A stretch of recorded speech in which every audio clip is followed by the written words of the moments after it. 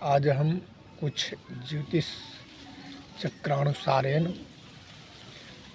कुछ ऐसा गोपनीय भाषा को प्रकाशित कर रहे हैं। लोग कहता है कि भाग्य और लक्ष्मी ये दोनों में कौन श्रेष्ठ है।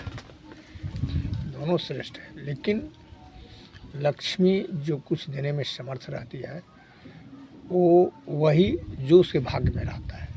भाग्य कैसे बनता है?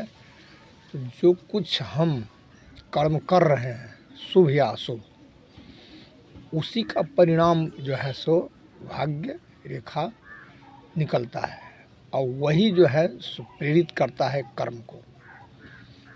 तो कहने का तात्पर्य यही है, आज हम अनुचित में किसी को परेशान कर रहे हैं तो वही हमारा भाग्य बस बन गया।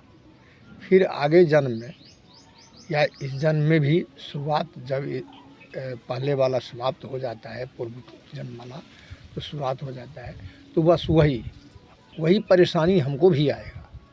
ये लोग समझ ही नहीं रहा है। लोग ये समझता है जब हम जितना भी अनुचित कर्म करते हैं उसका फल कुछ नहीं निकलेगा, कोई नहीं। उसी का फल तो अपना भी भोगना पड़ता है, बेटा को भी भोगना पड़ता है, पोता को भी भोगना पड़ता है, 3 पीढ़ी को ले लेता है और उसी से लोग जो है सो परेशान रहता है। लेकिन ना समझदारी के कारण बड़े बड़े विद्वान, योगी, सन्यासी, धार्मिक व्यक्ति सब पीछे हट जाता है। क्यों?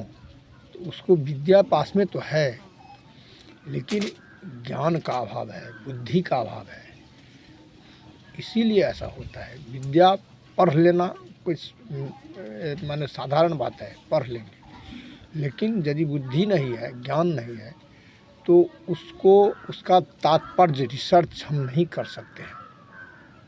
हम जो बोलते हैं सो कौन बोलता है? जीवात्मा। लेकिन ये जीवात्मा जितने सारे कर्म शरीर में, जब तक जीवात्मा है तब तक जो है सो सारे कर्म हो रहा है, और जब ये निकल जाता है, शरीर छोड़ देता है, तो फिर तो वो शरीर वही शरीर है, कहाँ कुछ उसमें कोई भी कर्म नहीं होता है उस शरीर से। उसको कहते हैं मृतक शरीर। और जब तक जीव है तब तक कहता है जिंदा शरीर कहता है। तो ये मनुष्य को जो है सो अंधकार में पड़ा रहता है और अंधकार से प्रकाश के तरफ जाने में वो कभी भी कोशिश नहीं करता है। गुरु शब्द का अर्थ क्या है? गु माने हो गया अंधकार, रू माने हो गया प्रकाश, गु माने हो गया अज्ञान, रू माने हो गया ज्ञान। ज्ञान अज्ञान से ज्ञान के तरफ, अंधकार से प्रकाश के तरफ जो ले चले, उसी का नाम तो गुरु है। कि चंदन टीका फटका ये सब जो है सो लगा लिए या वृद्ध हो गए या विद्वान हो गए, उसको गुरु नहीं कहते हैं। गुरु कहते हैं वो जो माने रास्ता दिखाने में समर्थ हो और वो रास्ता सार्थक हो, निरर्थक न हो, ठीक वो रास्ता से वो चला जाए। वही काम हमारे ऋषि महात्मा पूर्वज करते थे। अब नहीं होता है, अब नहीं होता। अब सबको ऐसा माया का पर्दा ढक दिया है। सब यही चाहता है जो हम कितना धन कमाए, कितना क्षमता से ज़्यादा धन कमाए। तो क्या होगा? अनुचित कर्म करना पड़ेगा। अनुचित कर्म वही देखते हैं, नेता भाषण में लिप्त रहता है और विद्वान वगैरह प्रवचन में लिप्त रहता है। वो क्या प्रवचन दे रहे हैं, उसका क्या शाब्दिक अर्थ है और हम क्या किस तरफ जा रहे हैं, इस पर ध्यान ही नहीं देते हैं। ध्यान देना चाहिए, तब वो कोई हमारे शरीर से किसी को कल्याण होगा, हमारी वाणी से कल्याण होगा, नहीं तो नहीं हो।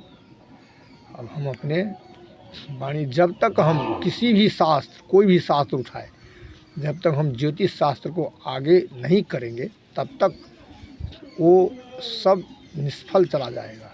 क्योंकि जितने शास्त्र है सबका शास्त्र का आँख है ज्योतिष शास्त्र।